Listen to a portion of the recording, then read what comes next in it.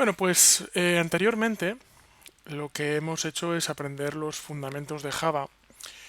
Entonces, hasta este punto, el trabajo con Java no es que resulte duro, porque de hecho lo que hemos aprendido probablemente tampoco es, a ver, aquí, vale, tampoco es tan duro de aprender, sino que simplemente lo que hemos aprendido hasta ahora son un montón de cositas diferentes de las cuales hay veces que no sabemos muy bien exactamente para qué nos sirven, pero sirven.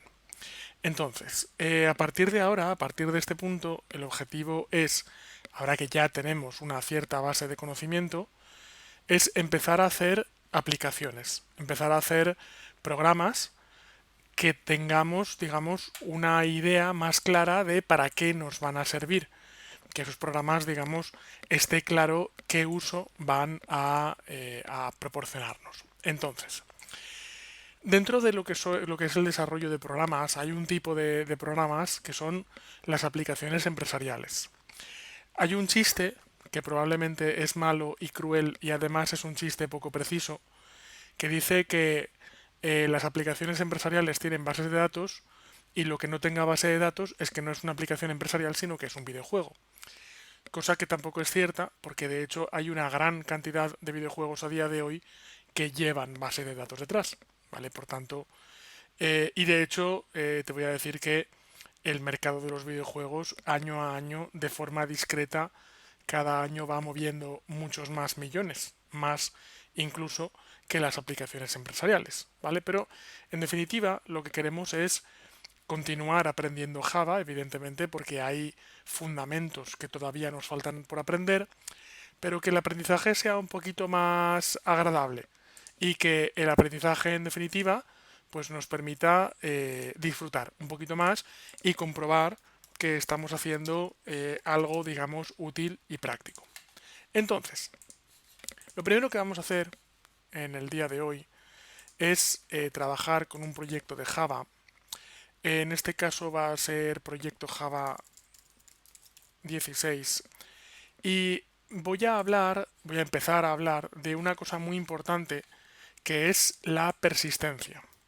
La persistencia es algo con lo cual nosotros ahora mismo todavía no hemos trabajado. Nosotros lo que hemos hecho es que en días anteriores hemos aprendido a que el programa almacene datos. De hecho, empezamos con variables, continuamos con matrices, con lo cual hemos visto que tenemos formas de guardar grandes cantidades de datos y incluso mediante la introducción a la programación orientada a objetos tenemos que además hasta nos es posible guardar cápsulas donde cada cápsula tiene sus propias propiedades. Pero ¿qué es lo que ocurre cuando el programa se cierra? Pues todos los programas que hemos hecho hasta ahora, cuando el programa se cierra, los datos se pierden. Cuando el programa arranca, los datos se pueden volver a cargar, pero cuando el programa finaliza, los datos se pierden. Entonces, podemos hacer datos, o sea, quería decir, podemos crear programas que no tengan persistencia. Por ejemplo, si yo abro la calculadora en Mac o en cualquier sistema operativo, la calculadora pocas veces tiene persistencia. Es una aplicación donde tú haces un cálculo, obtienes el resultado y cierras la aplicación. Y la aplicación no guarda nada en ninguna parte. Hay casos, por tanto, como te digo, en los que no se requiere persistencia, pero hay otros muchísimos casos en los que sí que se requiere que haya una persistencia por parte del programa.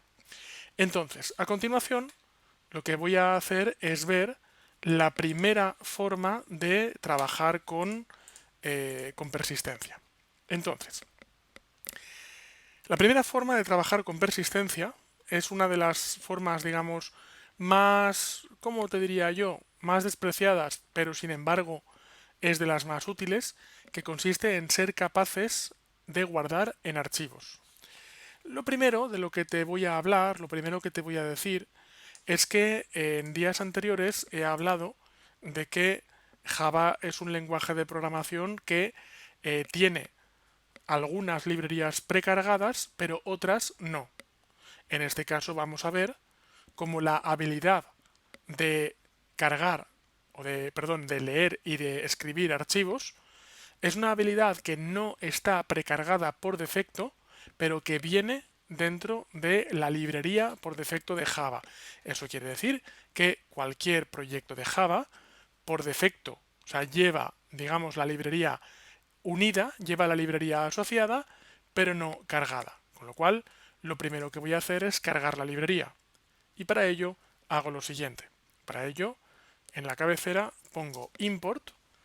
Los imports a partir de ahora nos vamos a cansar de ellos, ya verás. Y digo Java, eso quiere decir que la librería que voy a importar es bastante general. En principio escribiría del tirón el nombre de la librería, pero quiero enseñarte un poquito a experimentar. Entonces pongo Java punto y espero un par de segunditos hasta que sale esto de aquí. Entonces, claro, veo que tengo java.applet, java.awt, beans, input and output, java.language, matemáticas, conexión de red, new input and output, tengo seguridad, tengo base de datos, tengo texto, tengo trabajar con tiempo y tengo utilidades a montones.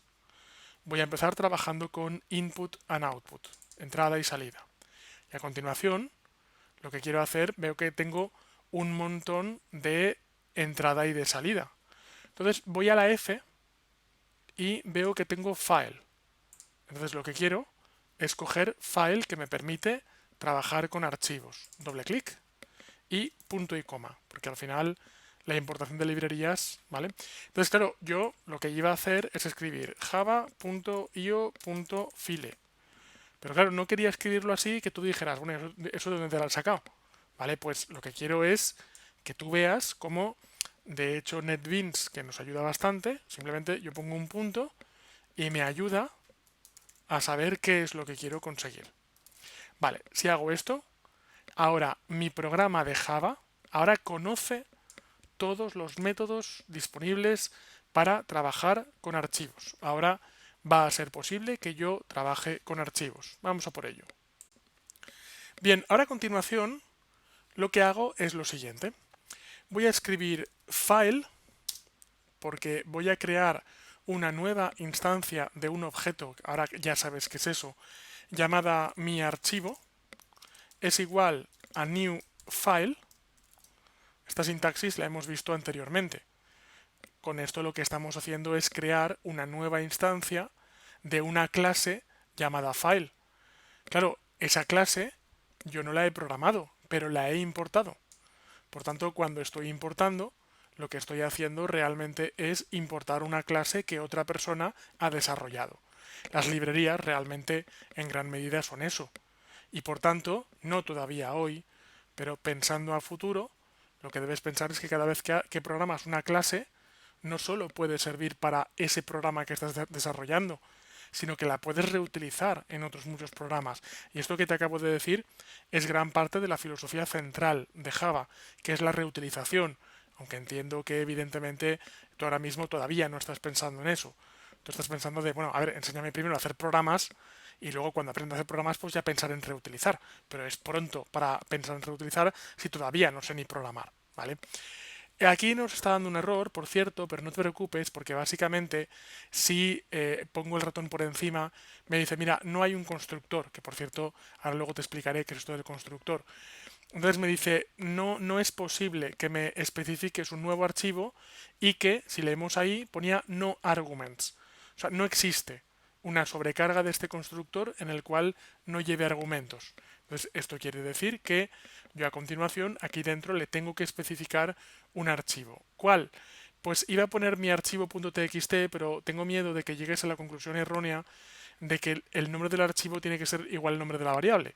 Y no tiene por qué ser así. Entonces, vamos a ver. Vale, entonces yo ahora lo que hago es poner archivo.txt. Realmente el .txt es lo de menos. Es decir, puedo crear un archivo siendo que sea un archivo de texto con la extensión que quiera. No hablamos hoy todavía de archivos binarios. Ya hablaremos de qué es eso de un archivo binario. Pero de momento lo que ocurre es que si yo ahora guardo y yo ahora recargo, vamos a verlo, le doy aquí a recargar. Vale, y yo ahora me voy al Finder, me voy a documentos, me voy a NetBeans projects, NetBeans, no los veo. Vamos a ver, me voy a inicio, me voy a NetBeans Projects, no, no, perdón, claro, me voy a curso Java, bien, me voy a Java 16, vale, y por aquí, en build, en alguna parte, si no, estará por aquí en alguna parte, o si no, lo que tendré que hacer es ejecutar el proyecto, vale, sí, vamos a run, vamos a build project, clean and build, vale, y vamos allá. Ahora vengo por aquí, me voy a... Ahí está, build. Vale. Me voy a dist. Bien, tengo un archivo txt, ok. De momento no ha creado el archivo de texto. Ahora a continuación vamos a crearlo. Y aquí en test, vale, de momento nada. Muy bien. Ahora a continuación, yo lo que quiero es crear el archivo y lo que quiero es escribir algo de archivo dentro, algo de texto dentro de este archivo. Para ello, voy a ampliar esta importación importando una librería que es la siguiente. Vamos a ver, esto, voy a empezar a comentar. De hecho, hay una línea roja aquí, que es la línea que nos propone que pongamos ahí los comentarios. Importo la librería para abrir archivos. Y ahora importo java.io. Y por la i voy a cargar una cosa que es el io exception. io exception. Esta librería captura errores que se puedan producir al abrir archivos. Es curioso que son dos librerías diferentes. Me dice no la has utilizado, unused import, pero no pasa nada, es un warning, no es un error. A continuación, dentro de que en días anteriores hemos aprendido a trabajar con estructuras de control del flujo de la ejecución, tales como por ejemplo las estructuras de bucle, que son el for y el while y el do while, y las estructuras de condicionales, que son el if y el switch, vamos a ver una estructura de control un poco diferente, que es una estructura llamada try, llave llave, catch, llave, o sea, catch, paréntesis y llave.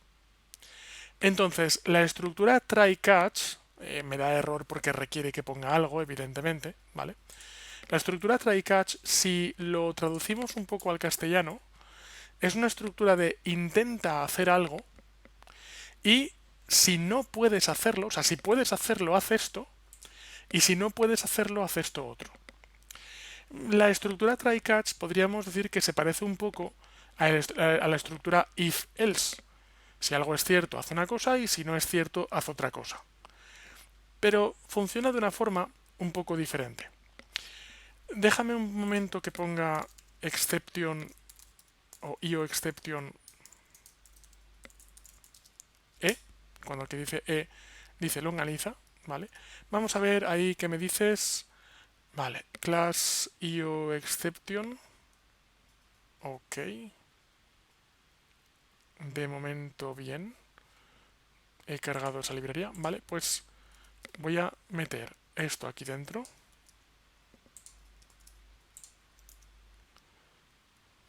y punto, vale, no la ha cargado.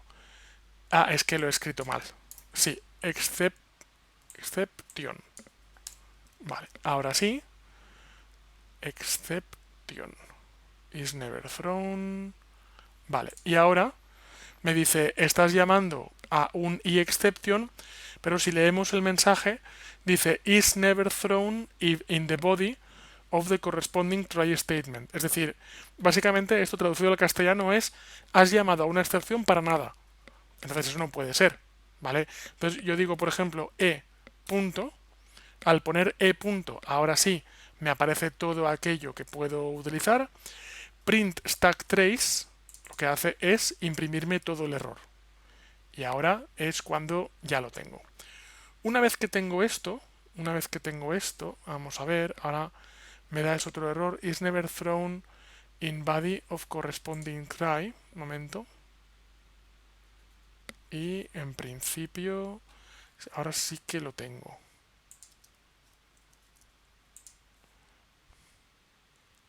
Vale.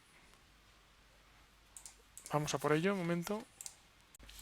Vale, voy a hacer una cosa. Voy a probar a utilizar otra librería de lectura de archivos y si no, lo que haré es sacarlo del try-catch. Entonces, para ello, lo que voy a hacer es que en lugar de trabajar con file, voy a trabajar con una que se llama file writer. Es decir, tengo file reader y file writer. En este caso, quiero empezar trabajando con el escritor de archivos. Y para ello, voy a mutear un momento esto. Ahora lo volveremos a arrancar. Ahora lo volveremos a activar, pero de momento me lo dejo ahí. Bien, y ahora, dentro del proyecto, dentro del método principal, voy a hacer lo siguiente. Digo FileWriter. Mi archivo es igual a new FileWriter. Y digo que esto es archivo.txt. Vale, ahora a continuación lo que hago es, si ya he cargado mi archivo, vamos a ver, FileWriter me dice que, claro, en este caso, must be cooked or declared. Es decir, esto no lo puedes llamar directamente, sino que lo tienes que meter dentro de una estructura try-catch. Así que lo metemos en la estructura try-catch. Vale. Y o exception e. Ok, ahora sí. Vale, y ahora con la clase FileWriter ahí sí que funciona correctamente. Y ahora e. tenía el print stack trace. Vale, ahora a continuación lo que hace el sistema es intentar escribir en el archivo y en el caso de que falle, lo que hace es sacarme la razón por la cual ha fallado. En este caso no debería fallar, digo en este caso tal y como tengo configurado el ordenador ahora mismo. Pero claro, la estructura de un directorio puede hacer que ese directorio esté protegido contra escritura y esa es una de las razones que pueden hacer que este programa falle. Si yo ahora, en este caso a continuación, le digo mi archivo punto, veo que al poner punto aparecen diferentes métodos. Uno de ellos es el método write y dentro del write yo puedo poner un string y dentro del string pongo hola, que sepas que esto se ha escrito desde Java. Quito esto porque ya lo tengo en funcionamiento, el try catch, ¿vale? Y por último, hay una cosa que es muy recomendable, que es mi archivo .close. Hay una regla, y esta regla no es de Java, sino es de cualquier lenguaje de programación, que dice que los recursos abiertos se tienen que cerrar. Y eso quiere decir que cuando tú abras algo, después de haber hecho lo que sea que tienes que hacer, tienes que cerrar el archivo. Porque si el recurso se queda mal cerrado, el recurso se puede deteriorar. Entonces, vamos a probar esto. A continuación, le doy a play. Vamos a proyecto 16. Proyecto 16. Vale. Vamos a verlo por aquí. Proyecto 16.java. Voy a hacer un clean and build. Vale. Y si todo va bien. Está haciendo el build. Ahora hace un último Java jar users José Vicente desktop curso Java proyecto 16.jar. Y ahora me voy a donde pone el dist y observo en este caso que aquí en la raíz del proyecto tengo un archivo llamado archivo.txt y por tanto a continuación abro el archivo txt y dice hola, que sepas que esto se ha escrito desde Java. Es decir, ya tengo una forma de hacer que si yo ahora cierro este programa, incluso, ¿sabes qué? Si cierro el ordenador y no lo vuelvo a abrir hasta el mes que viene, el programa habrá persistido. Y cuando digo persistido, quiere decir que los datos con los que trabaje los voy a poder guardar en un archivo de texto. No digo que esta sea la única forma de persistir, pero ahora veremos que es una de las más cómodas en cierto sentido. Ahora, voy a comentar un poco el código y a continuación vamos a hablar de un par de cosas. En primer lugar, la estructura try primero intenta hacer algo. Abre un archivo. Le escribe algo de contenido. Cierra los recursos después de usarlos. Es una regla de la programación informática, no solo de Java. En el caso de que el try falle, dime en qué ha fallado. Esto el usuario final no lo ve únicamente el programador a través de la consola. Esto que acabamos de hacer, para empezar, estamos viendo que el try nos lo ha impuesto realmente el file writer. Esto es una metodología de programación que se llama programación defensiva.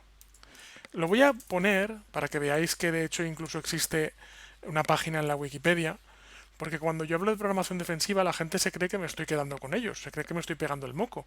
Y no es así, la programación defensiva existe.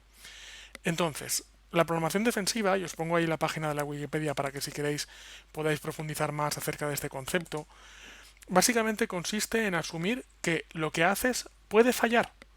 O sea, no por tu culpa, no porque tú hayas programado algo mal, sino porque, por ejemplo, en el momento en el que programamos algo en el sistema de archivos, pues el sistema de archivos puede fallar, nos puede dar denegado. Y si nos da denegado, pues no dejará escribir el archivo. Pero no es porque hayamos programado mal el programa, sino porque el sistema de archivos no se deja escribir. Entonces la programación defensiva consiste en asumir que van a haber problemas y consiste en preparar al programa para cuando hayan problemas. ¿Qué es lo que ocurriría si yo no pusiera este try catch? Pues si yo intentara ejecutar este código, lo que ocurriría es que si esto fallara, insisto, no por culpa mía, sino por que el sistema de archivos, por ejemplo, estuviera en modo solo lectura, lo que ocurriría sería que el programa, atención, y esto es muy importante, el programa daría error y el programa se cerraría, porque el programa habría dado error. O sea, tú fíjate qué traumático, ¿vale? Que tú tengas un programa, imagínate el Word, ¿vale? O sea, el Word que usamos todos. Y tú le digas al Word que intente escribir una carpeta y por lo que sea esa carpeta es de solo lectura y el Word diga, no, no puedo escribir en esta carpeta y me cierro. Y tú dirías, tío, no. O sea, no puedes guardar en esa carpeta, vale, pero no te cierres. O sea, dime que no puedes guardar en esa carpeta y dame la opción a guardar en otra carpeta. ¿Vale? Pues esta es la metodología del try catch. Consiste en intentar hacer algo y si no te sale, no cierres el programa, sino dime por qué no te ha salido y continúa ejecutando el programa. Eso es la programación defensiva. Y como veréis, la programación defensiva, si os fijáis, es muy buena idea, porque hay que tener en cuenta una cosa, y es que Java deriva de el lenguaje de programación C, esto lo hemos hablado en clases anteriores. El lenguaje de programación C se creó en 1969, entonces quiero que os hagáis una idea de cómo eran los ordenadores en 1969. Es decir, tú te vas hoy a comprar un ordenador a una tienda y hay literalmente centenares o miles de modelos diferentes de ordenadores entre los cuales puedes elegir. Y encima cada uno tiene su ordenador de una forma diferente, configurado. En el 69 no había miles de modelos entre los que elegir, habían 2 o 3 modelos y ya.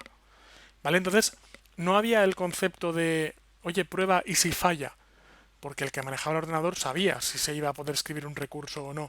Pero Java es un lenguaje creado en los 90, cuando ya tenemos informática doméstica y cuando ya existe el concepto de que cada ordenador es diferente de los demás. Por tanto, la programación defensiva viene un poco a prever este caso, ¿vale? Viene un poco a asumir el sistema, el lenguaje de programación. Tú como programador asumes que tu programa puede fallar, no debido a tus errores, sino debido a un entorno muy cambiante y preparas al programa para que falle. Vamos a continuar. Ahora viene una parte muy delicada del curso y es que, si os fijáis, en el momento en el que se anuncia este curso, se indica que si bien esta formación no es una formación específica de bases de datos con SQL, pero sí que es una formación que lleva bases de datos en SQL, con MySQL. Y vamos a ver por qué. Vamos a analizar por qué. Lo que yo acabo de hacer aquí es leer un archivo y ahora a continuación, de hecho, por cierto, no puede acabar esta parte sin hacer otra cosa que es leer del archivo, ¿vale? Entonces, yo ahora, a continuación, lo que voy a hacer es, en este caso, leer del archivo. Vamos a por ello. A continuación, vamos a ver. Vamos a ver. A continuación, voy a hacer lo siguiente. File, voy a decir mi otro archivo, para que veas que es otro tipo de variable, es igual a new file, y voy a cargar ahora archivo.txt. Digamos que, o sea, la parte de arriba es un programa y la parte de abajo es otra, pero lo voy a hacer en el mismo proyecto. Así como generalmente suelo abrir un proyecto, en este caso lo voy a hacer en el mismo. ¿Por qué? Pues porque necesito que primero haya un archivo para luego poder leer, evidentemente. Por cierto, da importación porque he importado FileWriter, pero no he importado file. Una cosita, yo sé que ahora puedo venir aquí arriba y poner import java.io.file o puedo, lo voy a enseñar pero no quiero que os acostumbréis, o puedo pinchar aquí en el error y al pinchar me da soluciones. Y una solución es importar java.io.file. Entonces pincho y pum, me lo importa. ¿Vale? O sea, quiero que sepáis que eso existe, pero no quiero que os acostumbréis. Es como sacarte el carnet de conducir y hacer las prácticas en un coche automático. Es como, a ver, no, o sea, hazme prácticas en un coche con marchas, que no sea que me malacostumbre al automático y luego resulta que, siempre que pongo este ejemplo, hay algún alumno que me dice, no, es que ahora los carnets son diferentes, es que hay un carnet para automático y otro para manual. Y yo siempre digo, joder, no lo sabía, ¿vale? Esto en mi época no existía. Pero en fin, entonces, vengo por aquí y ahora digo lo siguiente, lo que quiero es leer del archivo, ¿vale? Lo que quiero es a continuación ser capaz de leer del archivo. Entonces, vamos a ver. Vamos a ver, y ahora vengo y digo lo siguiente. Vamos a ver. Mientras que es mi otro archivo. Mientras que mi otro archivo pongo un punto para ver qué tiene esa variable. Y hay un método que realmente aquí está, es por la h. A ver, por la h. Un momento. Un momento. Voy a filtrar. No, mi otro archivo. Voy a hacer una cosa. Ah, muy bien. Vale. Voy a decir scanner lector es igual a new scanner mi otro archivo. Claro, ¿qué ocurre? Que el programa dice, ¿esto de scanner qué es? Pues impórtame scanner, ¿vale? Es una utilidad que lleva Java. Vamos allá. Ahora, ok. Vale, must be cooked or declared to be thrown. Esto quiere decir que lo tengo que meter en un try catch. Try. Un momento, que esto me lo he dejado a mitad. Catch. IO exception. Y print stack trace. IO exception. Vale. Voy a dejarlo así. Vale. Aquí, en mi otro archivo, si ahora hago esto, estoy buscando que tenga un método llamado hash next line. Es del lector. Lector hash next line. Ahí lo tenemos. Vale. Vamos a ver IO exception. IO exception crea. No, la X es mayúsculas, es minúsculas. Vale. Print stack trace. Ok. Y ahora, esto lo que hace es que el bucle while, el momento que... Aquí está. Este while viene aquí. Mientras que el archivo tenga una siguiente línea, esto es porque en este caso nuestro archivo tiene una única línea, pero podría tener muchas líneas. ¿Vale? Pues en ese caso, por ejemplo, voy a hacer algo muy sencillo, system.out.println, y lo que voy a hacer en este caso es decir, vamos a ver, pues lector punto, y vamos a ver next line, no, vamos a ver, sí, next line, ahí está. Vamos a verlo, y ahora comento el código, try, esto va aquí, estoy sangrando para que se vea correctamente, le doy a play, vale, y por una parte escribe el archivo, pero por otra parte lee. Vamos a ver, primero intento hacer algo,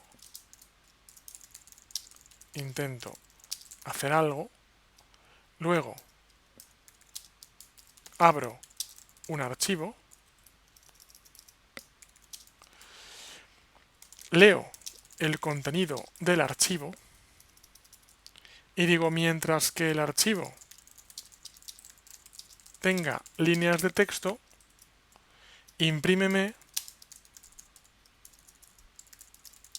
la línea actual en la pantalla. En el caso de que dé error de lectura, en ese caso, dime en qué ha consistido el error. En este caso sí que puedo dar un error falso, que es este, que es voy a abrir el archivo archivo2.txt. A ver si eso me da error. El error va a ser muy evidente y es que no existe el archivo 2.txt. Y por tanto voy a intentar leer de un archivo que no existe. Así que a continuación le damos a play y al darle a play, si os fijáis, aparece un file not found. Es decir, aparece que he intentado llamar a archivo2.txt y no existe ese archivo.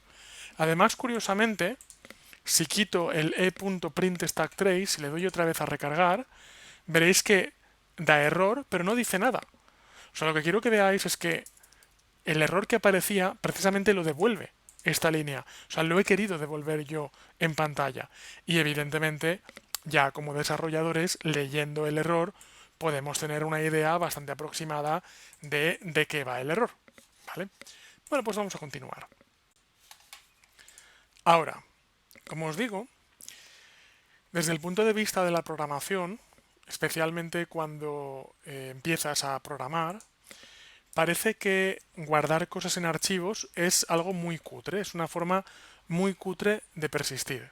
Y, sin embargo, si os fijáis, a vuestro alrededor tenéis constantemente un montón, tenéis infinidad de programas que guardan en archivos. A ver, un segundo, disculpadme un segundín. Vale, pues en principio parece que cuando vamos a programar, cuando vamos a crear programas, parece que es más profesional trabajar con una cosa que se llaman bases de datos en cualquier formato. En este caso vamos a trabajar con una base de datos llamada MySQL. Ahora veréis que trabajar con bases de datos tiene ventajas y tiene desventajas. La ventaja es que, evidente e innegablemente, las bases de datos son más potentes que guardar en un archivo de texto. Pero cuidado, lo primero, y esta es una dificultad con la cual os vais a enfrentar, pero yo os voy a hacer que, digamos, que no os tengáis que enfrentar a ella, pero lo primero que necesitamos para poder conectarnos a una base de datos es un servidor de bases de datos. Entonces, y esa dificultad no es moco de pavo. Lo que vamos a hacer en primer lugar es que os voy a enseñar la forma más sencilla que conozco de instalar una base de datos. En este caso, lo que voy a hacer es recomendaros un software que se llama, si estáis en Windows, se llama XAMPP. Lo tenéis aquí en esta página que se llama apachefriends.org y tenéis el XAMPP disponible tanto para Windows como para Linux como para Mac. En principio solo lo recomiendo para Windows Si estáis en Mac, recomiendo un software muy parecido que se llama MAMP. Digamos, el XAMPP es común, ¿vale? Yo tengo por aquí este software que se llama MAMP, que es como el XAMPP, pero para Mac. Y si estáis en Linux se suele trabajar con línea de comandos, entonces yo suelo recomendar 4 o 5 líneas de comandos que te instalan algo muy parecido al XAMPP, pero en Linux, ¿vale? Entonces, ¿qué es lo que hace el XAMPP para Windows o para lo que sea? Pues lo que hace es que nos instala de una forma automatizada y sencilla un montón de programas, entre ellos un servidor de bases de datos y el acceso a las bases de datos. Entonces, descargaros el XAMPP, instalaros el XAMPP, tarda un poquito tanto en descargarse como sobre todo en instalarse, tarda unos cuantos minutos.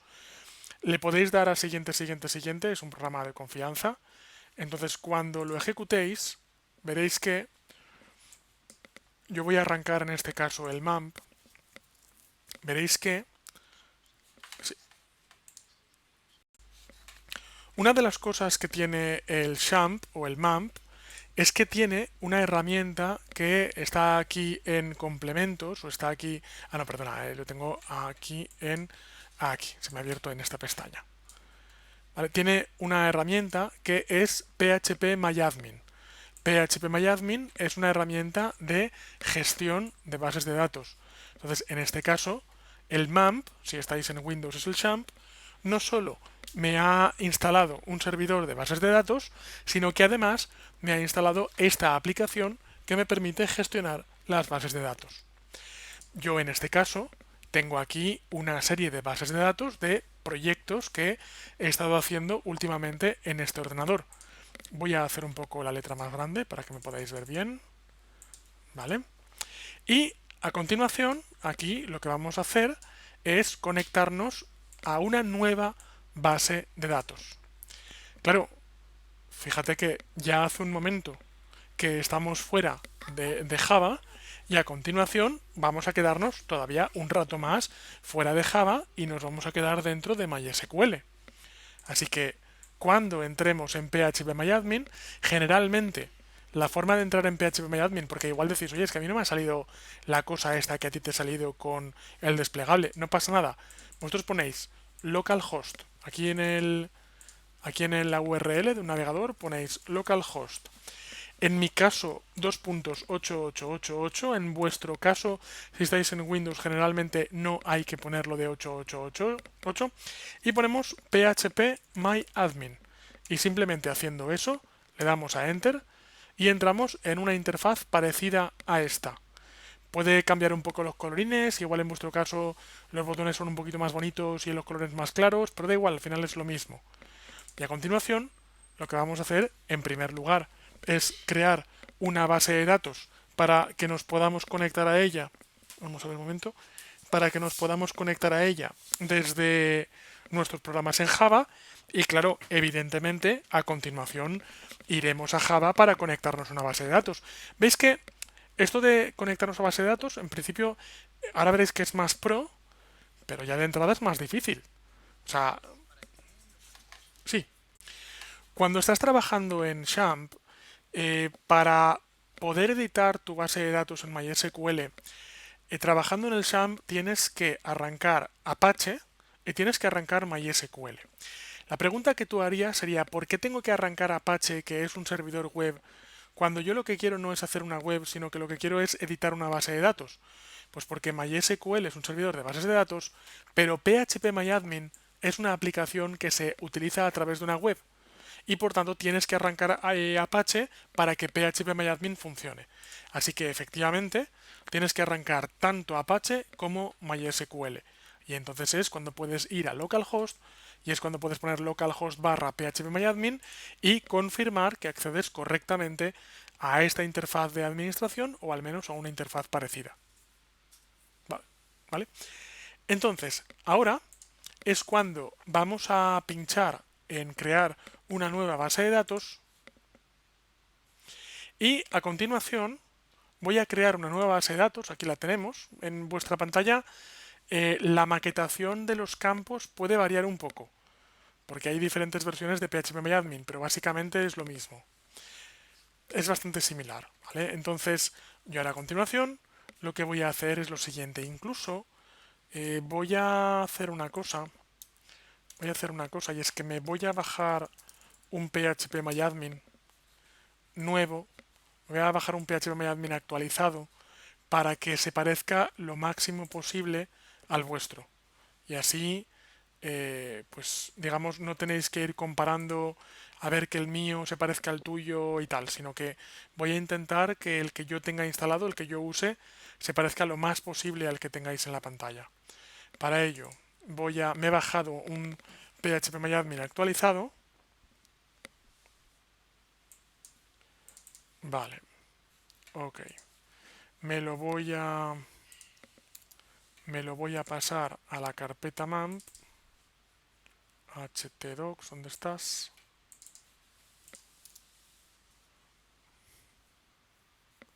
Vale, un segundo. Lo voy a llamar, lo voy a llamar myPHP o voy a llamarlo PHP myadmin 2. Y ahora vengo por aquí y digo localhost PHP myadmin 2. Y si todo va bien, ok. Vale, si todo va bien, aquí. Me sale esto y ahora me confirmaréis si el que estáis viendo en vuestra pantalla es mucho más parecido a este que tengo aquí, tanto en colores como en el grafismo de los botones, como un poco en el rollo estético en general. De hecho, si me voy a pinchar nueva, me confirmaréis si lo que tenéis delante de vosotros es prácticamente igual a lo que tengo yo. Bien, entonces, me he instalado este PHP más que nada para demostraros que podría haber trabajado perfectamente con el otro, porque básicamente hacen lo mismo. O sea, la única diferencia es que digamos, la estética en el otro está un poco desfasada y en este es más nueva. Pero por un tema de comodidad y por un tema de aprendizaje, pues evidentemente vamos a trabajar, digamos, con un PHP que se parezca lo máximo posible al vuestro. Bien, en primer lugar vamos a crear una base de datos, en este caso se va a llamar curso Java, y lo que vamos a hacer a continuación es elegir una colación. La colación es un concepto difícil de entender en principio. Por defecto tenemos UTF-8 general. La colación es lo que me permite, por ejemplo, especificar que yo voy a guardar caracteres tales como, por ejemplo, acentos y ñes en mi código. Y diríais, bueno, eso es lo que se entiende por defecto. Y yo os digo que no. Por ejemplo, para una persona anglosajona, los acentos y las ñes son los caracteres más raros del mundo. De la misma forma que para nosotros el alfabeto cirílico es un alfabeto bastante extraño, pero sin embargo para una persona que, por ejemplo, viva en Rusia, os dirá que este alfabeto es lo más normal del mundo. Y no digamos ya idiomas orientales. Entonces, la colación básicamente nos permite especificar qué tipo de caracteres, y veis que hay muchos, porque hay muchos países en el mundo, hay muchos sistemas de escritura, qué juego de caracteres vamos a utilizar. Por defecto está seleccionado UTF-8 general, que quiere decir que soporta todos aquellos caracteres que provengan sobre todo de países de Europa Occidental. Ahora, veis que tenemos codificaciones tales como por ejemplo checo, croata, danés, en esperanto, no se usa, pero bueno, está ahí, estonio, alemán, húngaro, islandés, latviano, acuerdo, lituano, no, letón, lituano, persa, ¿vale? Y tenemos también por aquí un Spanish y un Spanish 2, que es español moderno y español tradicional. En este caso, por ejemplo, vamos a coger UTF-8 Spanish CI.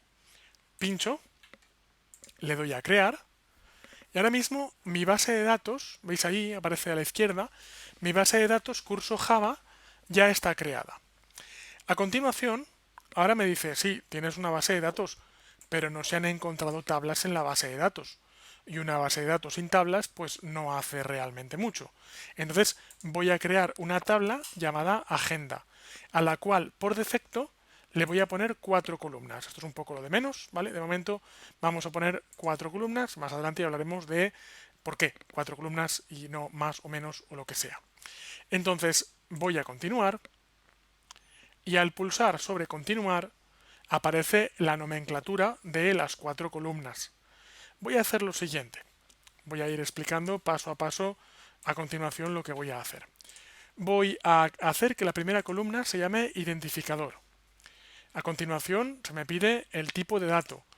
Va a ser un número entero, va a ser una pequeña cadena de caracteres, va a ser una gran cadena de caracteres o va a ser un campo de fecha.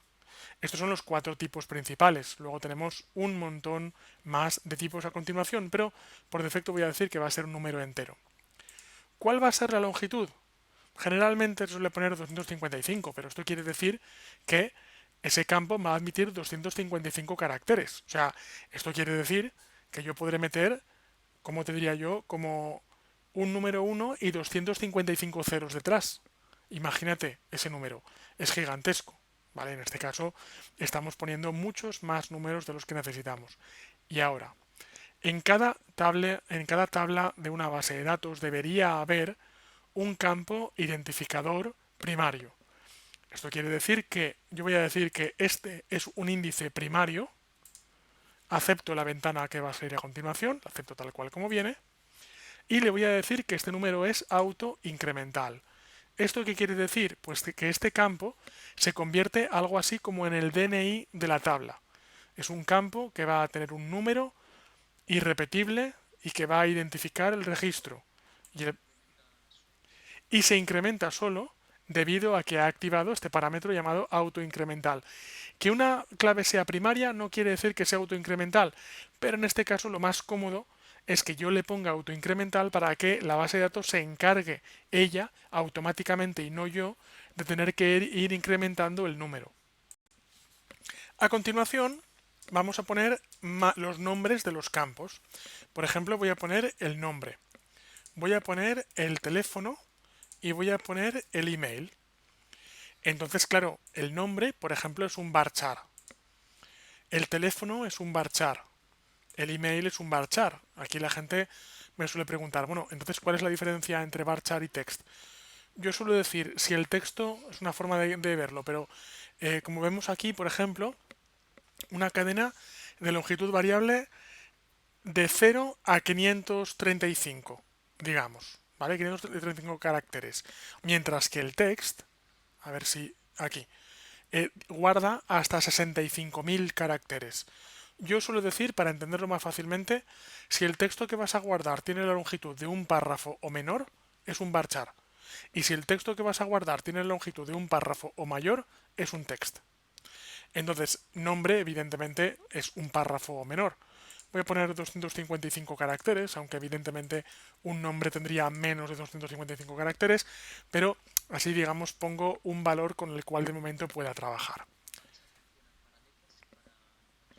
Sí, el campo varchar realmente soporta una cadena de caracteres alfanuméricos. Eso quiere decir que soporta mayúsculas, minúsculas, números, caracteres extraños como el dólar, la barra, el porcentaje y todo esto. Mientras que un campo int solo soporta números enteros. De hecho, solo enteros, ni siquiera con decimales. Si quiero irme a decimales, veo que aquí tengo un grupo numérico y dentro del grupo numérico tengo una serie de cosas también. ¿Vale? Entonces, en este caso, varchar lo utilizo para ahí poder poner lo que quiera. Teléfono lo he puesto como varchar, pero ¿y si en el teléfono alguien me pone el prefijo con paréntesis y más? Pues ya no sería un número entero. ¿Y si me separa los números con guiones?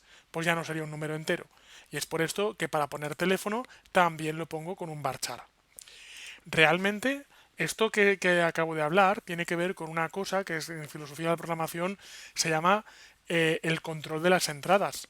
Y es que tú dirás, bueno, si alguien te mete un teléfono, la gente te meterá el teléfono en el formato que tú quieras que la gente te meta el teléfono. Pues sí, eso es cierto, ¿vale? Estoy asumiendo un caso en el que no hubiera ningún tipo de filtro ni ningún tipo de control al meter la información en el programa y meterlo ahora directamente dentro de la base de datos. Bueno, pues dicho esto, y sin profundizar de momento todavía en los tipos de base de datos que tengo, en los tipos de motor que tengo, voy a darle a guardar, tras lo cual podemos comprobar que en curso de Java ahora hay una tabla llamada agenda. Y ahora dentro de la tabla agenda Evidentemente todavía no hay ningún registro. Lo que voy a hacer a continuación es crear nuevos registros. ¿Para qué voy a crear nuevos registros? Para luego leerlos con Java. Es más, no voy a crear nuevos registros de forma manual. Voy a dejar que los cree Java y así nos conectamos ya desde nuestro programa en Java. Pero hay un pequeño problema. Y el pequeño problema que tenemos para poder conectarnos a Java es que hemos creado una base de datos, pero no hemos creado todavía un usuario que se pueda conectar a nuestra base de datos. Así que es lo que voy a hacer a continuación. Bien, como decía, tengo una base de datos, tengo una tabla creada en la base de datos, pero no me puedo conectar a esta base de datos hasta que no tenga un usuario con permisos. Entonces lo vuelvo a repetir con respecto a antes. Fijaos la cantidad de, pues eso, de pasos que tengo que dar para conectarme a una base de datos. Es mucho más fácil, ha sido mucho más fácil crear un archivo. Ahora a continuación me vengo por aquí, me voy a curso Java. Aquí arriba veo que tengo un botón llamado privilegios. Pincho en el botón privilegios. Veo que hay unos usuarios que ya tienen acceso a esta base de datos, pero yo quiero crear uno nuevo. Así que vengo aquí abajo a agregar cuenta de usuario. Pincho. Nombre de usuario, voy a llamarlo para no complicarlo. Voy a hacer una cosa que evidentemente no es nada recomendable desde el punto de vista de la seguridad, pero ahora mismo la seguridad no nos preocupa demasiado, lo que nos preocupa es la facilidad. Queremos conectarnos y que el programa no nos dé millones de errores. Entonces, pongo curso Java como nombre de usuario. Nombre del host es localhost. Y contraseña voy a poner también curso Java, la tengo que repetir. Soy consciente de que me está diciendo que la fortaleza es extremadamente débil. ¿Por qué? Porque he puesto la misma contraseña que el nombre de usuario, que a la vez es el mismo nombre de la base de datos. O sea, básicamente esto, si fuera una base de datos real en producción, es como decirle a un hacker, hackeame, por favor, ¿vale? Pero ya sabemos que lo estoy haciendo porque esta todavía no es una base de datos publicada en producción. Esta es una base de datos en nuestro ordenador para probar, para aprender a trabajar. Y lo que queremos es minimizar las probabilidades de error. Dicho esto, me aseguro que está marcado esto de otorgar todos los privilegios para la base de datos curso Java. No acepto ningún privilegio global, lo que quiere decir asignar privilegios globales, aunque parezca que no. Y le doy a continuar. Y si he hecho esto, no quiero guardar la contraseña, y si he hecho esto, ok, ahora a continuación, ahora sí, le doy a continuar para asignar los privilegios, ok, y ahora en curso Java, no sé si conoces el cuento de Hansel y Gretel, que son los dos niños estos que iban dejando migas de pan para luego saber cómo volver de nuevo a su casa. Aunque también hay que decir que no sé por qué en informática lo llaman migas de pan cuando en el cuento a Hansel y Gretel los pájaros les comieron las migas de pan, luego no les funcionó muy bien el truco. Pero sin embargo, en muchos sistemas informáticos existe el concepto de migas de pan que puedes ver aquí arriba. Entonces, si yo por ejemplo entro en agenda, fíjate que arriba las migas de pan me dicen que yo estoy en el servidor localhost y dentro del servidor localhost estoy en la base de datos curso Java y dentro de la base de datos curso Java estoy en la tabla agenda. Entonces, puede ocurrir que por lo que sea estés aquí en el servidor y dentro del servidor le des ahí a usuarios o privilegios y entonces ahí en cuentas de usuario y entonces te da error. Entonces, para crear un usuario con privilegios, lo que tienes que hacer es pinchar en curso Java y asegurarte en las migas de pan que allí arriba pone servidor localhost y base de datos curso Java y entonces entrando en privilegios y asegurándote que todavía pongo ahí curso Java es cuando creas el usuario, ya que si no, si lo haces en cualquier otra parte puede dar error.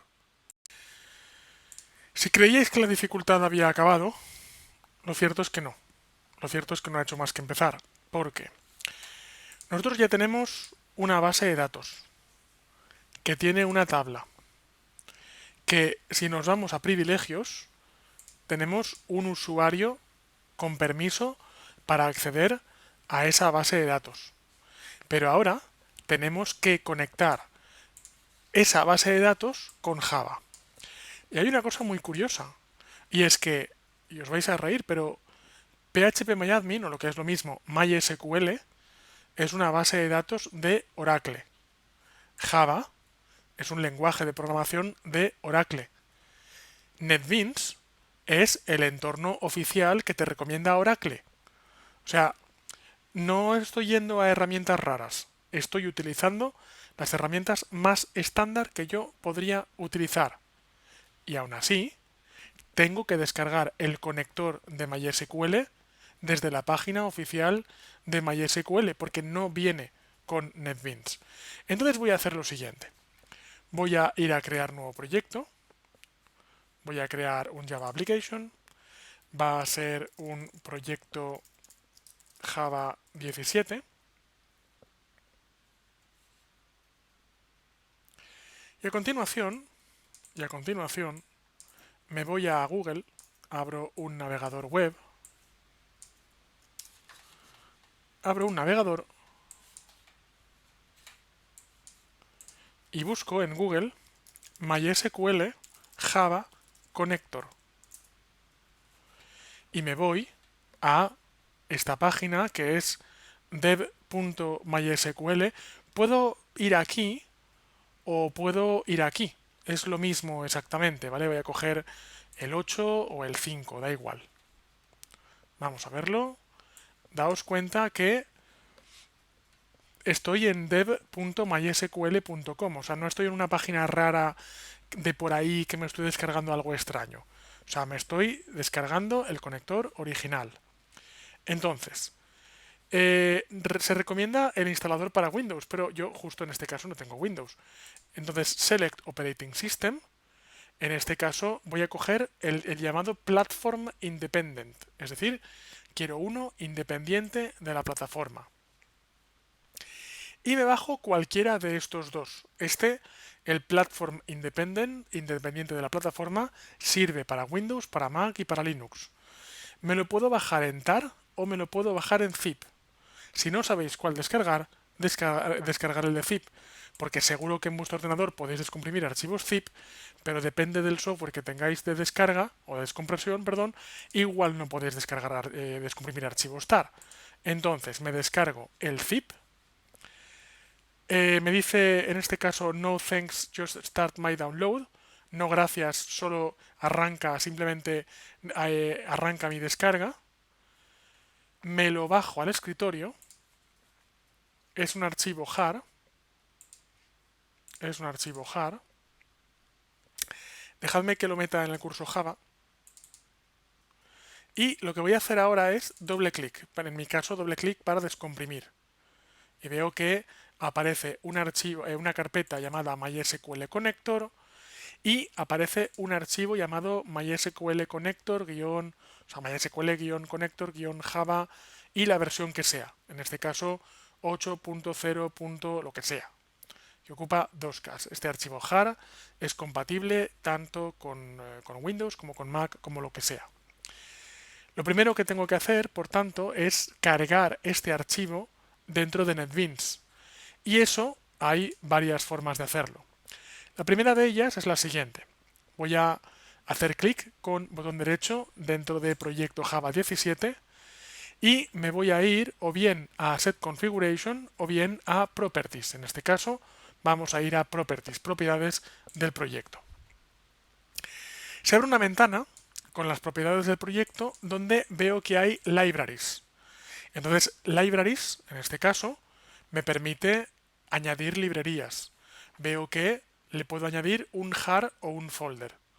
Entonces, pincho ahí donde pone libraries, pincho a añadir un archivo jar, en este caso, me voy a José Vicente, me voy a escritorio, me voy a curso de Java, me voy a MySQL Connector y cargo el MySQL Connector. Cuidado, está en una ruta absoluta. Eso quiere decir que si lo pongo en esa carpeta no debo cambiarlo de carpeta, porque si lo cambio de carpeta dejará de funcionar. Entonces le doy a seleccionar y en este caso lo que tengo es que ya tengo cargado por aquí el conector de Java. Y por tanto, ahora le daré a OK y ya puedo aquí ponerlo de import MySQL no sé qué, no sé cuántos. Pero claro, es que si pongo un import MySQL no sé cuántos y no he importado realmente previamente la librería, el programa no sabe dónde va a encontrar esa librería. Vale, no, no vale. Ahora a continuación vamos a hacer lo siguiente. De la misma forma que un archivo requiere el que tenga, en este caso, el try catch, una conexión a una base de datos de datos por el mismo motivo exacto, requiere lo mismo, y es que ponga un try catch. Pongo un try catch. Quiero una exception E, lo cual quiere decir que necesitaré cargar la excepción. En este caso parece que no le ha hecho falta. Voy a poner un e.print_stack_trace. Vale. Y ahora, dentro del try, lo primero que voy a hacer es decirle al sistema el driver que quiero utilizar. Debido a que he importado esa librería, voy a poner class.forName y entre comillas voy a poner com.mysql.jdbc.driver. Punto y coma para finalizar, por supuesto. Y aquí lo que estoy haciendo es decirle al sistema que voy a utilizar el driver de conexión a la base de datos que he cargado en la librería de proyecto. Vamos a pulsar play, simplemente para aquí, para confirmar error. En este caso, cuidado porque esto que estoy viendo me aparece a mí porque he cogido la última versión y esto de aquí no es un error, es un warning. ¿Vale? Entonces, aunque está de color rojo, simplemente lo que me está diciendo es ten cuidado porque la nueva forma de llamar al driver es com.mysql.cj.jdbc.driver. Si yo pongo, por ejemplo, cj y vuelvo... Te cuento, vamos a ver. En mi caso me ha dado ese warning porque yo me he descargado la versión 8 del driver. Si tú te has descargado la versión 5 del driver, que es más antigua, no dará error porque todavía esta era la forma correcta de conectarse. Pero que te lo vuelvo a decir que aunque parezca de color rojo, es un warning, no es un error. Por tanto, podría continuar con la versión 8 y de hecho voy a continuar y a ver si luego igual me bajo a la versión 5 y podría continuar perfectamente. Únicamente es que me dicen cuidado porque en la versión 8 todavía te lo admitimos, pero igual el año que viene sacamos la versión 9 y ya no es compatible del todo. ¿Vale? Entonces es simplemente un poco por seguridad. Ahora, a continuación, necesitamos, ahora establezco, ¿vale?, la conexión. Y por tanto voy a poner conexión, ya sabes, lo que está en inglés, lo que está en castellano puedes poner lo que quieras, pero sin acentos, por favor. Y pongo driver manager punto get connection y aquí aparece en este caso la URL, el usuario y el password. Lo tenemos todo ahí. De hecho, digamos, la sintaxis nos está chivando lo que se espera de nosotros. La URL es, atención, jdbc dos puntos barra barra mysql dos puntos barra barra, perdón, aquí no van barra barra, van solo dos puntos. Y pongo localhost barra y el nombre de la base de datos, curso prueba. En mi caso particular, en tu caso, puede ser que no sea necesario hacer nada más. En mi caso particular, ¿dónde está?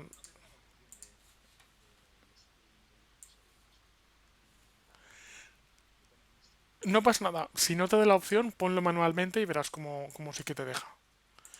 En puertos, el puerto MySQL que tengo yo es el puerto 8889, Pero si tú estás trabajando en Windows con el XAMPP, el puerto que tendrás es el 3306, que es correcto, ¿vale? Entonces yo voy a poner localhost 2.8889.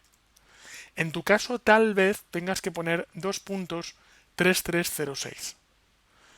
Voy a hacer una cosa. Voy a ponerme yo como estarás tú. Y entonces voy a reiniciar el... Voy a reiniciar el servidor y así de esta forma, digamos, lo que tendré yo es lo que tendrás tú. Vale, aquí quitamos el 888, confirmamos que me conecto correctamente, correcto, vale. Y entonces ahora aquí le pongo 3306. Pongo lo mismo que pondrás tú. Ahora en user pongo curso Java. Y en password pongo curso Java. Acuérdate que si por lo que sea te ha fallado la creación del usuario, ahí puedes poner root y root, que suele ser el que viene por defecto. Tengo un error y es que me dice que para usar conexión tengo que haber importado la clase connection en la librería connection, quiero decir. Entonces pincho, importo java.sql.connection y compruebo como de momento ya no da error. Ojo, ya no da error de conexión, de que no exista ese objeto. Igual me da error al intentar conectarse. No lo sé. Vamos a probarlo. De momento, esto es algo que hay que hacer muy pasito a pasito, porque en cada pasito podemos fallar, nos puede dar un error diferente. Entonces, le doy a play. Bien, y en este caso ha fallado.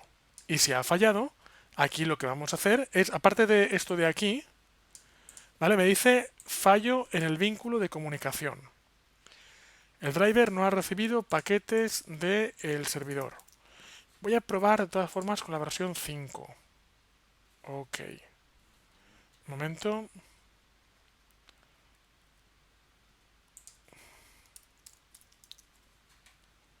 Vamos a ver. Vale. Muy bien, vamos a ver. Localhost. Curso prueba. Voy a bajarme la versión 5. Vale, voy a bajarme la versión 5. Para ello me voy a la versión 5. Quiero el Platform Independent, quiero el zip. Descárgamelo. En curso Java, el 5.1. Descomprimo el 5.1. Y una cosa que puedo hacer, por cierto, no hay ningún problema, es en propiedades del proyecto, puedo en libraries quitar la librería que había llamado anteriormente y llamar a otra librería. Y no hay ningún problema por ello. Entonces, me cargo el 5, es este de aquí. Vale, no pasa nada. Y sí, cámbialo, pon el 5. Vale. Ahora, vamos a ver. Me dice que hay un fallo en la comunicación. Y ahora a continuación vamos a ver cuál puede ser. Voy a probar un momento. Vamos a verlo. A ver, tengo aquí curso prueba. Efectivamente no es curso prueba, es curso Java.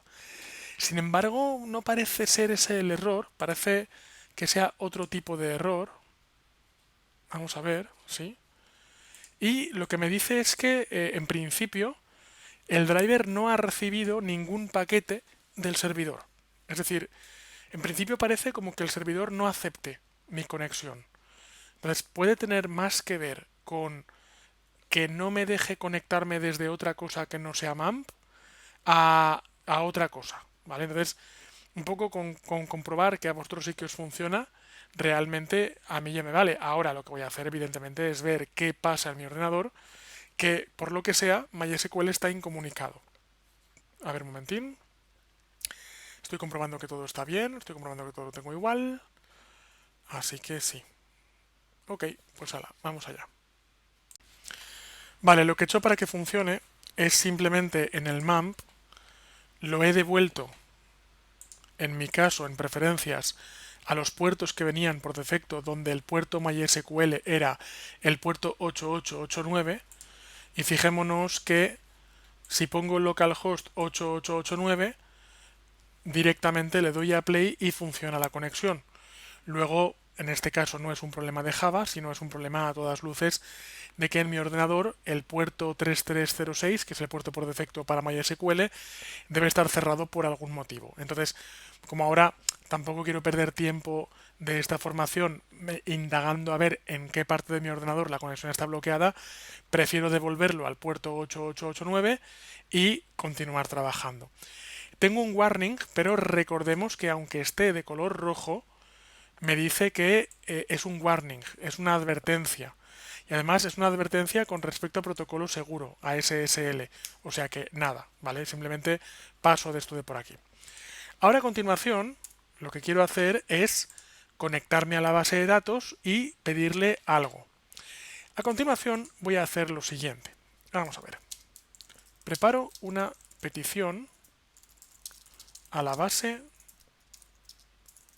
de datos. Y entonces digo, statement, petición. Ya sabes que lo que está en inglés tiene que estar en inglés y lo que está en castellano puedes poner lo que quieras. Es conexión, punto, y voy a poner create statement. Y ahora a continuación lo que voy a hacer es pedirle algo. Cuidado en este caso porque lo que va a decir es que si quiero usar statement tengo que importar statement, pincho aquí y añado una importación para java.sql.statement y pincho. Ya sé que el que parece correcto es el segundo, pero realmente el correcto es el primero. Y entonces ahora vengo por aquí y digo petición, punto.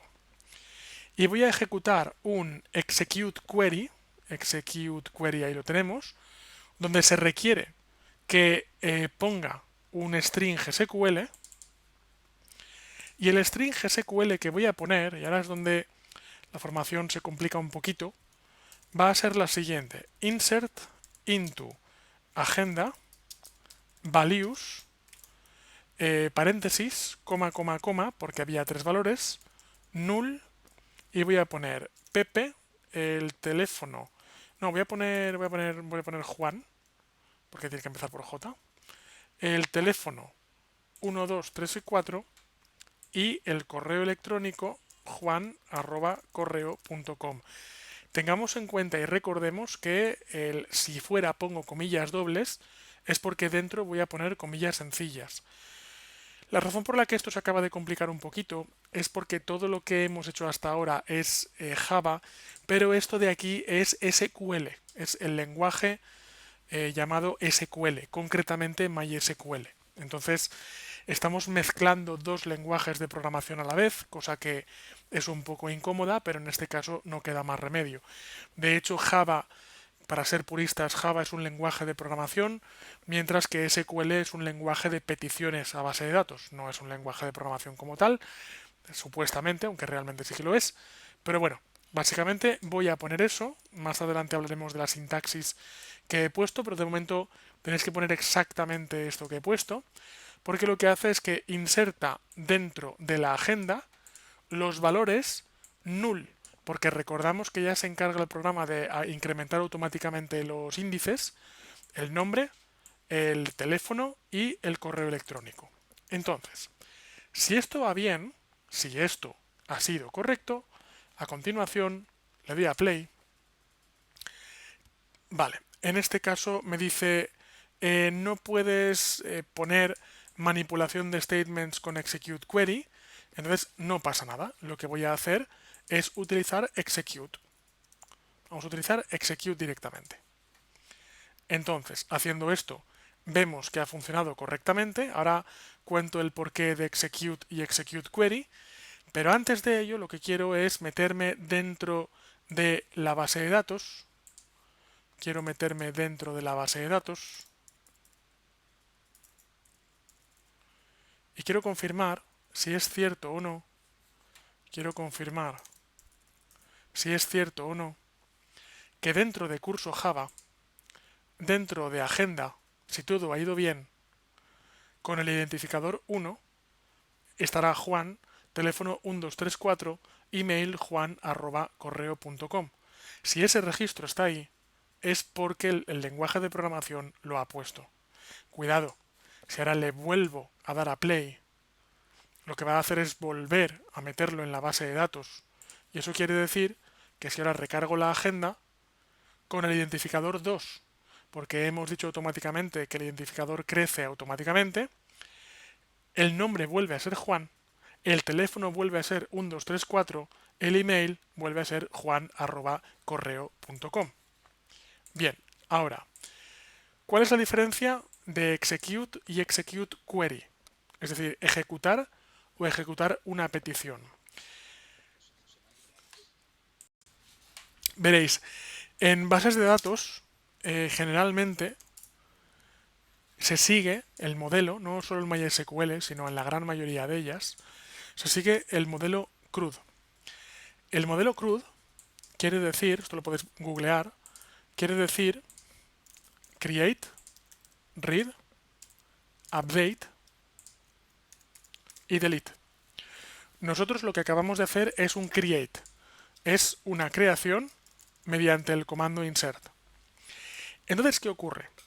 Que cuando yo creo algo, yo creo un registro, la base de datos no me tiene por qué devolver nada. Lo has creado, pues ya está, lo has creado. ¿Qué quieres? ¿Qué más quieres? Pues nada. Cuando yo actualizo un registro con update, la base de datos no me tiene por qué devolver nada. Cuando yo elimino un registro con delete, la base de datos no me tiene por qué devolver nada.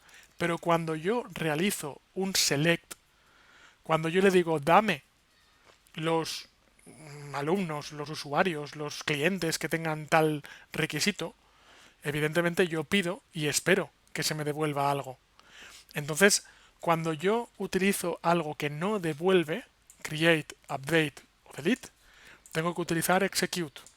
Pero cuando yo utilizo algo que tiene que devolverme algo, en ese caso tengo que ejecutar un execute query. Vamos a hacer otro ejercicio. Va a ser proyecto Java 18. Ya hemos comprobado cómo podemos insertar. Ahora a continuación vamos a comprobar cómo podemos leer de la base de datos. Lo que voy a hacer a continuación es lo siguiente. Cuidado, no olvidemos ningún paso. Siempre los alumnos olvidan este paso que voy a hacer a continuación. Creo un nuevo proyecto, es de Java, y lo llamo proyecto Java 18. Lo que olvidan los alumnos, más que lo olvidan es que su mente lo da como tarea ya hecha, es importar la librería MySQL. Entonces, lo que yo planteo es lo siguiente. La has importado en el proyecto anterior, pero no en este proyecto. Eso quiere decir que la tienes que volver a importar. Y ese paso se olvida muchísimas veces. Entonces, botón derecho, Properties, me voy a Libraries, añado jar folder, añado el conector Java, el binario no, el normal,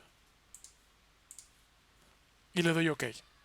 Y ahora ya puedo, por ejemplo, copiar y pegar un trocito del código, un trocito, no todo, porque no me puedo llevar esto porque proyecto Java 17 no es compatible con proyecto Java 18, pero sí que me puedo copiar y pegar el try catch.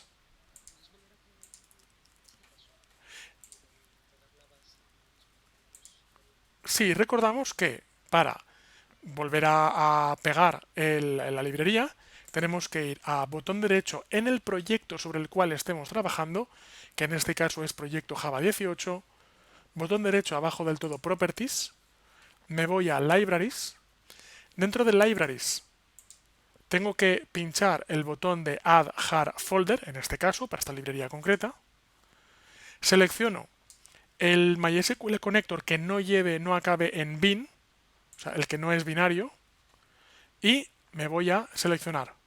Y tras hacer esto, ahora el proyecto ya sabe que hay MySQL. Ojo porque, voy a volverlo a hacer también, porque al copiar y pegar el código, atención, pego el código, el sistema detecta que he hecho un copia-pega de otro proyecto y si traducimos me dice, el código que has pegado refiere a los siguientes elementos no importados. ¿Quieres resolver automáticamente las importaciones para incluirlos? Te dice, has pegado esto, pero esto depende de java.sql.connection, de java.sql.driverManager y de java.sql.statement. Evidentemente le digo que sí. Le doy OK y entonces ahí arriba automáticamente aparecen los tres imports. Ahora es donde voy a poner execute query y el query que voy a hacer es un query muy sencillo, es select all from agenda. Básicamente, sí. Si ahora yo le doy a play, en principio el programa me dice que todo OK, recuerda el warning, ¿vale? No quiere decir nada el warning. El programa me dice OK y yo, claro, yo digo, ¿cómo que OK? O sea, si te he pedido que me devuelvas algo de la agenda, sácamelo por pantalla. Entonces, claro, el programa Java me dice, sí, tú me has pedido que te vuelva algo por pantalla, pero no me has dicho cómo lo quieres por pantalla. O sea, yo estoy preparado. Es como cuando declaras una variable y la variable automáticamente no sale por pantalla. O sea, es como una cosa es declarar una variable y otra cosa es sacarla por pantalla. Pues esto es lo mismo. Una cosa es pedirle algo a la base de datos y otra cosa es decir que quieres que te lo saque por pantalla. Para ello, lo que voy a hacer es que voy a crear un objeto llamado de tipo resultSet resultado es igual a lo que antes era petición.executeQuery. Recuerda que si me da este error es porque no tengo importado resultQuery, con lo cual añado importación para java.sql.resultSet. Y ya está. Y ahora a continuación escribo el siguiente código. Digo while mientras que se dé una condición, mientras resultado.next, o sea, mientras que haya un siguiente resultado, voy a poner lo siguiente, system.out.println, este ya lo conocemos, y voy a decir resultado, no, quita.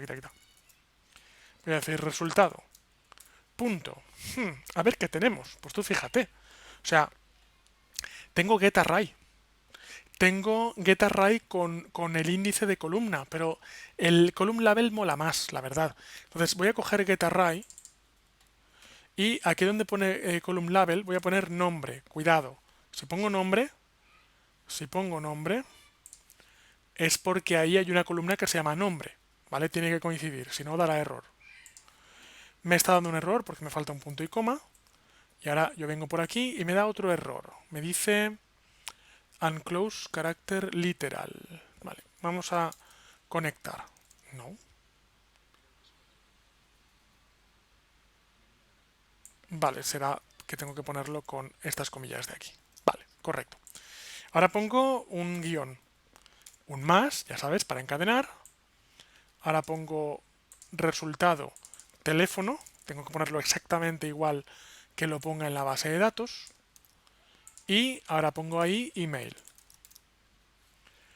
Si esto ha ido bien, recuerda que print line, a diferencia de print, lleva implícito el salto de línea.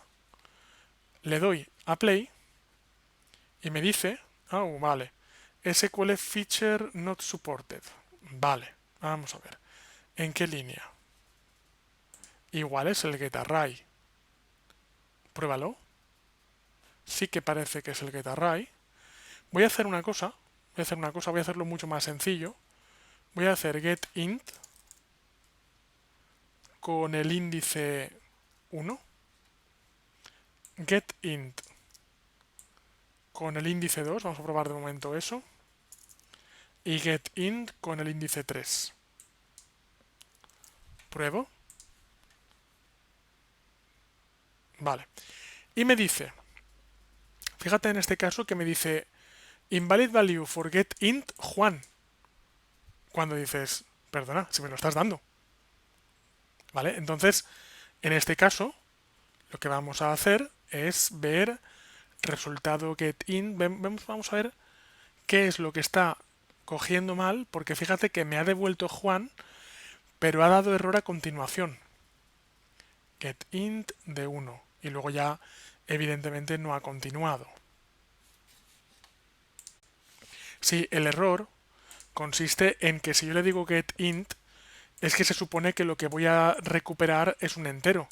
Pero claro, Juan no es un entero, es una cadena. Entonces voy a coger un getString. Claro, de lo que se queja el programa es que me dice, tú me dices un entero y me estás dando una cadena, luego no me coinciden los datos. GetString, le damos a play y ahora fijémonos cómo tengo 1 Juan 1, 2, 3, 4, 2 Juan 1, 2, 3, 4. Es decir, compruebo cómo efectivamente ya estoy devolviendo los datos que realmente hay en la base de datos. Y es que te digo más, si yo viniera por aquí y manualmente en la base de datos, porque se pueden meter registros manualmente, le doy a insertar y le digo quiero meter otro registro, nombre es, no sé, ¿sabes? Jairo, y quiero meter teléfono 4567 y quiero meter email jairo@correo.com y a continuación le doy a continuar, ¿ok? Y si ahora ejecuto el programa otra vez, fíjate que me devuelve Juan, Juan y Jairo. Es decir, me está devolviendo todos aquellos registros que hayan en la base de datos. De esta forma, fijémonos cómo hemos gastado, yo creo, más o menos, pues 20 minutos de la clase en conectarnos a un archivo de texto y 1 hora y media en conectarnos a una base de datos. Es decir, conectarnos a una base de datos es mucho más doloroso que escribir y leer archivos de un archivo de texto. Pero, a continuación, y ahora para cerrar, vamos a hablar de ventajas y de desventajas. Más adelante vamos a ver que en una base de datos, cuando tenemos miles y miles y miles y miles de registros, trabajar con una base de datos es más cómodo que trabajar con un archivo de texto. Las bases de datos tienen herramientas específicas para hacer filtrados de cantidades masivas de información y filtrar de una forma muy sencilla. Cuando trabajemos, por tanto, con archivos grandes, con bases de datos grandes, con bases de datos de acceso compartido, tal que varias personas accedan de forma simultánea a esos datos. En ese caso, pese a que hemos sufrido para conectarnos a una base de datos, pero sin embargo, ahora ya lo tenemos como plantilla, sin embargo, esto será mucho más conveniente desde el punto de vista del trabajo estable. Ahora bien, hay veces que hacemos un programita chorra que lo único que hace es que lo arranco una vez, me guarda un dato y solo quiero que me guarde el dato para la siguiente vez que arranco ese programa. No es multiusuario, es monousuario. Y no son grandes cantidades de información, es una pequeña cantidad de información. En ese caso me valdrá más la pena no matar moscas a cañonazos, no conectarme con toda una base de datos total para guardar un pequeño dato, sino trabajar con archivos de texto.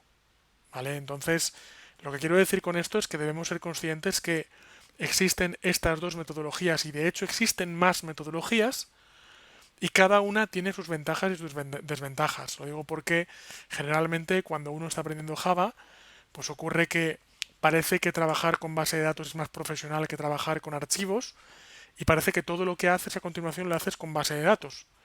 Y a veces te encuentras con que, como os digo, insisto, estás matando moscas a cañonazos. Estás usando muchísimos más recursos de los que podrías y de los que deberías utilizar. Vamos a acabar comentando este código para que se quede limpio. A continuación le pedimos algo a la base de datos y lo guardamos dentro de un objeto. Di si quieres que como si fuera una variable, ya sabéis que no es una variable, pero bueno, ya sabéis que si es set resultado es que es un objeto de tipo de datos resultSet. Ahora siempre, mientras while que el resultado tenga líneas, porque puede tener varias líneas, de momento imprímeme en pantalla el resultado. Y con esto, a continuación quiero acabar dándoos una pequeña muestra de lo que va a ser la clase siguiente para un poco animaros, porque esto que estamos haciendo realmente es programar.